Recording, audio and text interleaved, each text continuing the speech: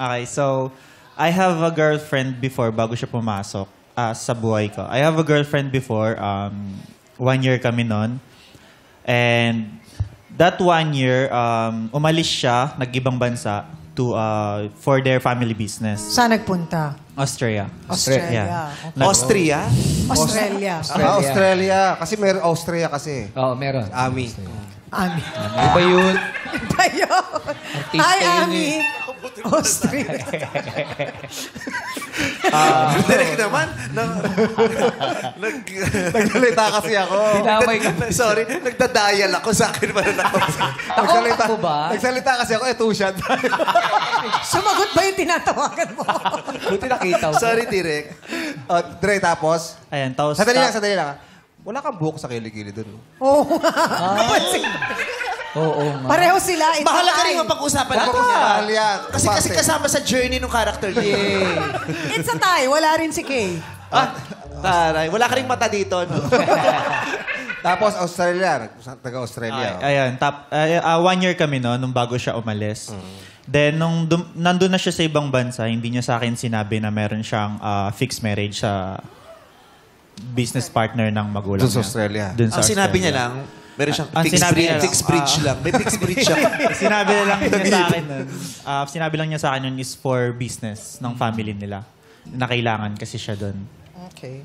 Then, nung malaman ko na meron siya nun, na may fixed marriage siya doon, yung buong another 1 year na yon is malabo. Wala, parang hindi ko sigurado kung kami ba o hindi. Hindi, kung nalaman mo may fixed marriage, hindi ka nakipaghiwalay. Hindi siya nakipaghiwalay Hindi, sa ikaw. akin. Hindi, ikaw. Hindi ka Hindi mo siya nakipaghiwalay. Actually, hindi ko kaya makipaghiwalay nun So, kasi hindi kayo naghiwalay? hindi kami naghiwalay. O, di kayo pa din? Yo. Pero may communication? Walang Wala. communication. Totally wala. So, ginost ang- niyo ang isa't isa? Ako, nag-reach out ako sa kanya, pero hindi niya ako nire-reach out.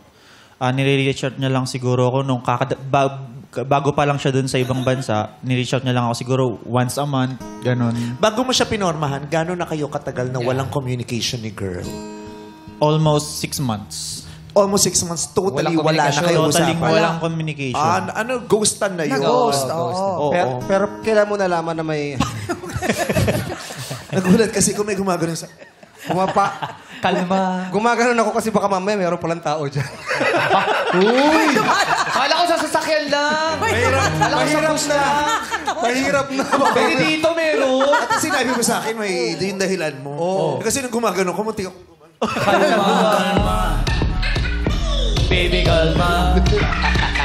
Nagulat mo, may iba palang tao. Ibang kamay na pala yung gumagano. Usually kamay mo yun. Pero magulat ka pag may ibang kamay. Huh? Pero sumasayaw ka.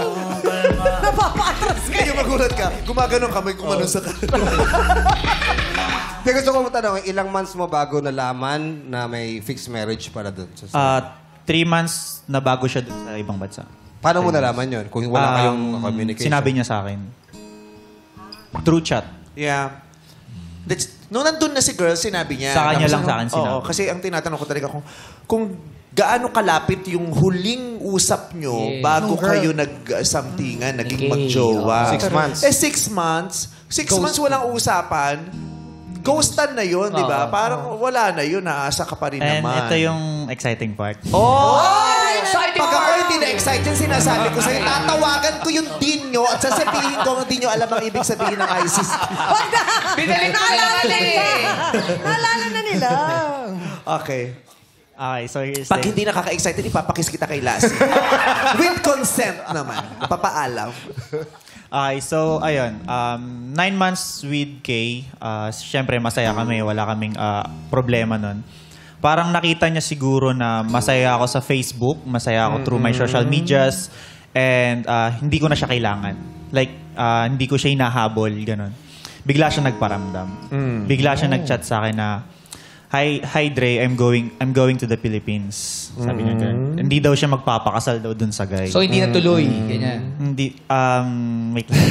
Hindi daw siya magpapakasal dun sa gay kasi ayaw daw niya. Tapos gusto daw niyang pag-usapan yung sa amin and the business that we made na meron kami. Kasi may business po Sinagot mo. Sinagot ko.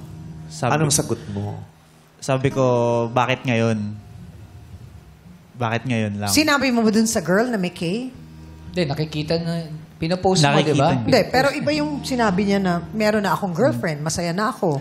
Sinabi mo ba Ano yun? po kasi nun nung nag-chat siya nun, talagang tuliro ako nun kasi nabigla ako na parang, ang saya-saya ako na ba't parang bigla kang sumingit. So, at that day nun, championship day namin nun, dun siya nag-chat pag after ng game namin na magkasama kami dalawa ni Kay nun. Nagse-celebrate kami ni Kay ng championship win game namin. Tapos bigla siya nag-chat. Nabasa ni Kay. Hindi. Inamin ko kay Kay. Oh. Tapos, ayun, sinabi ko kay Kay na may uuwi. Sabi ko, uuwi yung girlfriend na ganun. So, ang sinabi Yung ko sa girlfriend kanya... mo, hindi na girl- ex-girlfriend. hindi Hindi na ko ex, siya binanggit na ex eh. Sabi kong ganun. Maybe baka kasi yung paninaturing mo sa kanya. Di ko po kasi alam kasi pinangahawakan ko sa kanya. Takot na takot ako that time kasi sobrang dami kong pinaghirapan dun sa business namin na baka kunin niya. So hindi ko may alam kung negosyo kayo hindi ko alam kung together. sino pipiliin ko, kung anong gagawin ko that time. Sabi ko na lang aminin ko muna sa kanya kung anong maging result naming dalawa, tatanggapin ko. Then kung uuwi man siya o kung ano man magiging settlement na mangyari, kung ano man yung maging result nun, ganun yung tatanggapin ko. Paano kung binalikan ka ni... binabalikan ka ba ni girl? Hindi. Hindi niya ako binalikan, nagpakasal siya. Parang pinaghiwalay niya lang kaming dalawa, tapos nagpakasal siya dun sa ibang bansa. Hindi, bakit? Hindi siya ang nagpahiwalay sa inyo. Kayo yun. Choice. Kayo ang nag-decide. Ikaw nag-decide eh. Diba? Sa inyo yun. Ikaw, bakit? Hindi ko kasi makita yung rason bakit kayo maghihiwalay. Kunyari, yung ex mo, nagparamdam. O ano naman ngayon? Di magparamdam ka, nasa sa akin yung anong epekto sa akin ng pagpaparamdam? Anong magiging decision ko matapos ka magparamdam? Diba? Ano ang epekto sa aming magjowa ng pagpaparamdam mo? Papayag ba akong maapektuhan ng paramdam mo ang relasyon ko ngayon? True. Di ba? Kung nagparamdam ka, may manunumbalik ba sa akin? Yun. Re-replyan ba kita? Ano ang intensyon ng reply ko sa'yo? Bakit ako magre-reply in the first place?